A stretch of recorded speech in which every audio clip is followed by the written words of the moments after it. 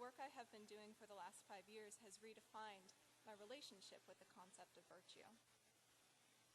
My journey began with my introduction to Nell Nodding's 1984 work on caring, in which she describes morality as an active virtue requiring two feelings, and not just one.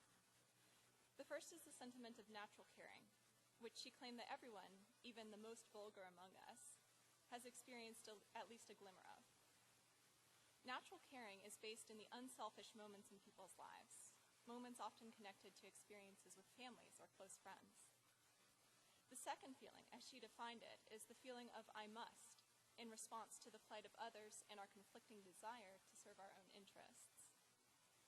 Nell Nodding's concept of caring through two affective channels has been contrasted to the language of justice and rights, such as those espoused by John Stuart Mill, or John Rawls' theory of justice as fairness and equal opportunity.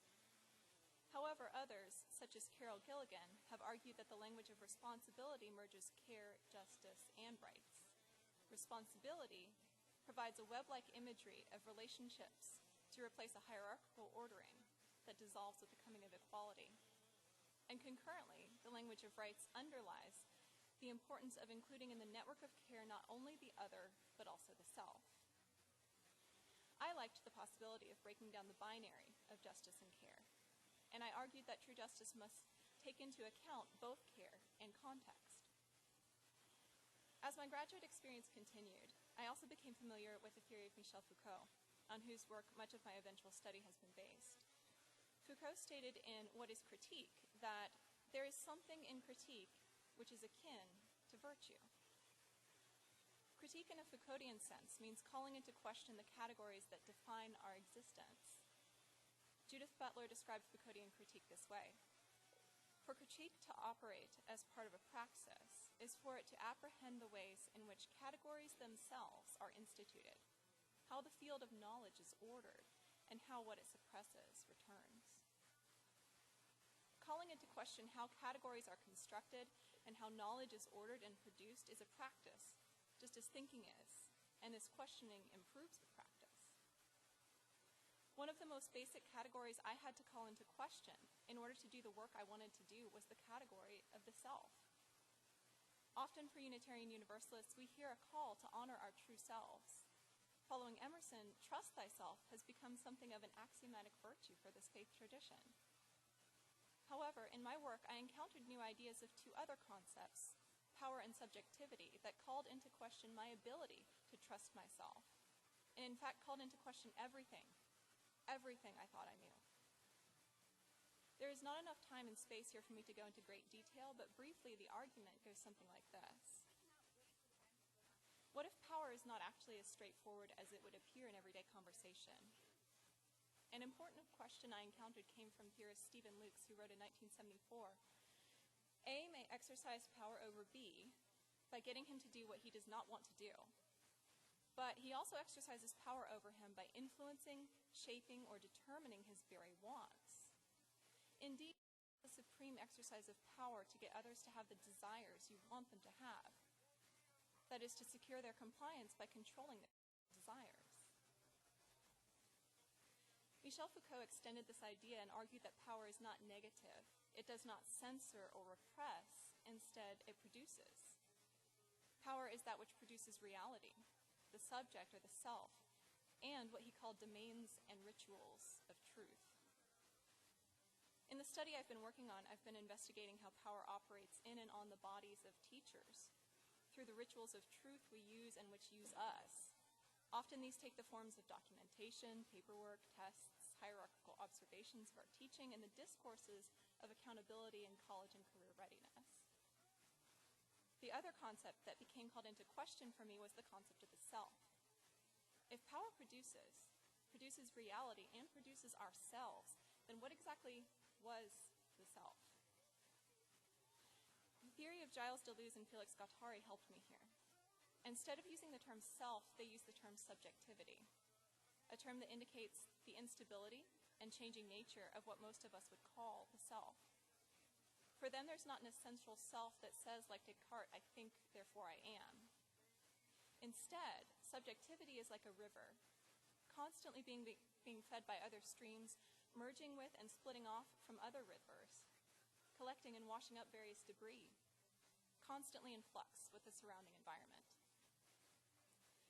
So, how to care, how to become virtuous, became itself a question, having questioned both the nature of the self and power. Is or was there any such thing as free will, if there is no original or even stable self? What does choice mean when our lives are inscribed of grids of power and discourses and rituals of truth-making? Can we choose to be caring or to be virtuous when so much of our everyday interactions are produced by the truth regimes and discourses of our era and our society? And initially my reaction to these questions was, frankly, sort of to freak out. And then I was like, well, this is my reaction, but it's not even my reaction because there's no I for it to be a my, and then my brain melts. But I got back up from that. And in light of these difficult questions, I encountered virtue as a capacity for difficult and even painful self-formation, a willingness to put the very essence of my most cherished identities under scrutiny, a willingness not to look away from my own pain or from the pain of others, both human and non-human, as well as the self-care necessary to continue to hope, even after seeing the most horrific aspects of what we as selves and as a species are capable of. For me, virtue also became an insistence on hope even in the face of existential horror. My own disorienting experience at that time of free-floating consciousness, not necessarily willed or able to will, unattached to anything stable, potentially controlled by unseen forces, potentially harming others without my being aware, confused and alone and potentially helpless.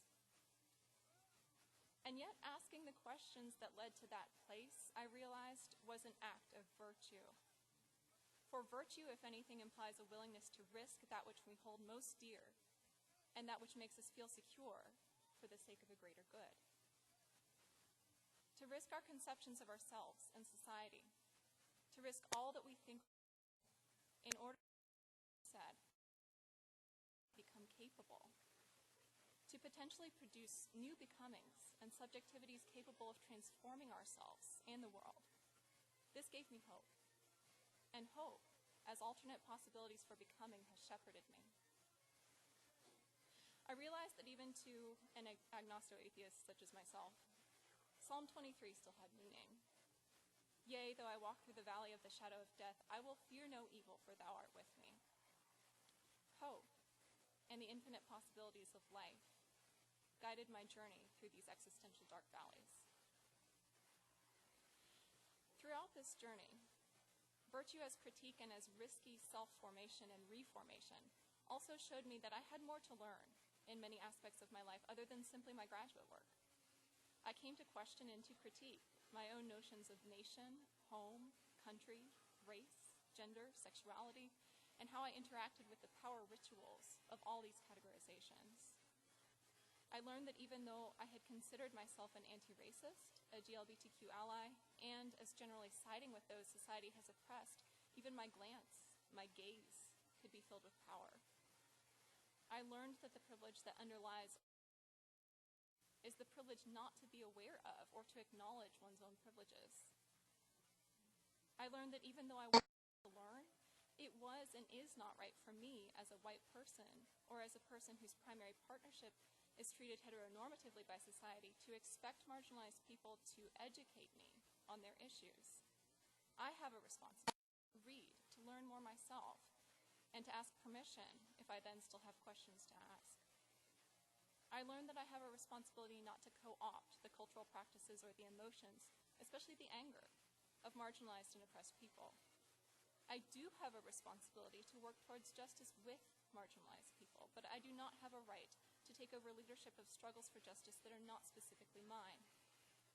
I do have a responsibility to assist in these struggles, to respect the leadership of people of color, of GLBTQ people, and to work with others who share my privileges to help privileged people become more aware of and responsible for their privileges. I do have a responsibility to participate in certain spaces of struggle. I do have a responsibility not to take offense when some spaces are meant only for those who experience a particular marginalized identity. For I learned that part of privilege is also the presumption that a privileged person should have access to any space that one chooses. I learned that becoming aware of and responsible for one's privileges is sometimes a very painful reformation of the self, of subjectivity. I learned, and still continue to learn, to let feelings of discomfort, shame, and embarrassment become my teachers. I learned that if and when I make mistakes, apologizing without trying to justify myself, and then moving on and moving forward with the struggle is virtuous work on and with the self and others. To return to caring then, for both ourselves and others, I have learned that it is possible to create ourselves, to mold and sculpt ourselves, as Maya Angelou said, anew. Foucault, late in his life, began to write about the care of the self. Multiple, not single eyes, who think ourselves in existence. The subjectivities, folding our world into us, folding ourselves into the world. This process becomes liberatory. There is no original mold we must follow, no static essential we must remain tethered to. Our principles guide us like the banks of rivers, and we mold and sculpt our applications of these principles anew in each unique situation we encounter. Indeed, the question of free will breaks down as the binary distinctions of self-other and self-world evolve. As Zora Neale Hurston said in her novel, Their Eyes Were Watching God, the character of Janie knew that each night God tore down the old world, and every morning built up a new one. And each morning, such are the possibilities of creating ourselves, our relationships, and our society anew.